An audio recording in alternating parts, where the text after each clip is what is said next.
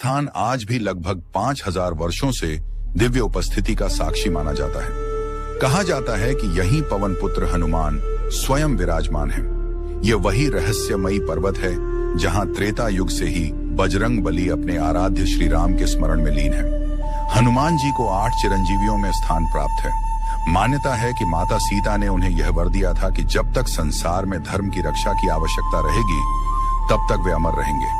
इसी वरदान के कारण यह विश्वास प्रचलित है कि कलयुग में भी हनुमान जी सशरीर पृथ्वी पर विद्यमान हैं। अक्सर लोगों के मन में यह प्रश्न उठता है कि यदि हनुमान जी आज भी जीवित हैं, तो उनका निवास स्थान कहाँ है? पौराणिक कथाओं के अनुसार हनुमान जी गंधमादन नामक पर्वत पर आज भी तपोमय जीवन व्यतीत कर रहे हैं। शास्त्रों में वर्णन मिलता है कि यह पर्वत कैलाश पर्वत के उत्तर दिशा में स्थित है।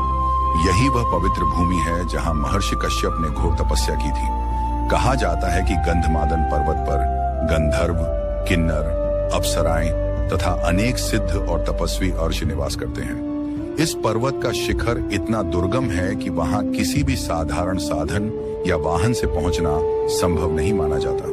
अर्थात यह स्थान सामान्य मनुष्यों की पहुंच से परे है। प्राचीन काल में यह क्षेत्र कुबेर के आधिपत्य में आता था।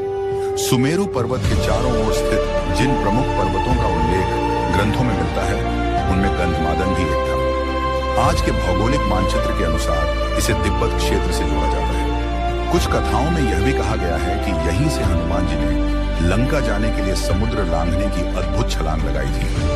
महाभारत काल की एक प्रसिद्ध कथा के अनुसार अज्ञातवास के दौरान पांडव हिमालय पार करते हुए गंधमादन पर्वत के समीप पहुंचे थे।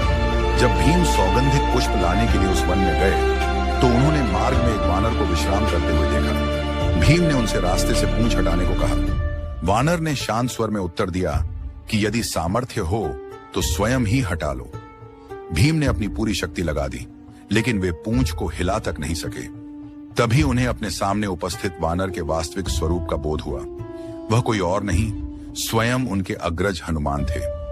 इसी प्रकार की कथाओं और मान्यताओं के कारण यह विश्वास आज भी जीवित है कि गंधमादन पर्वत हनुमान जी की दिव्य तपोस्थली है, जहां वे युगों से धर्म की रक्षा के लिए सजग होकर विराजमान हैं। और इस प्रकार महाबली भीम का अभिमान उस दिन पूरी तरह समाप्त हो गया।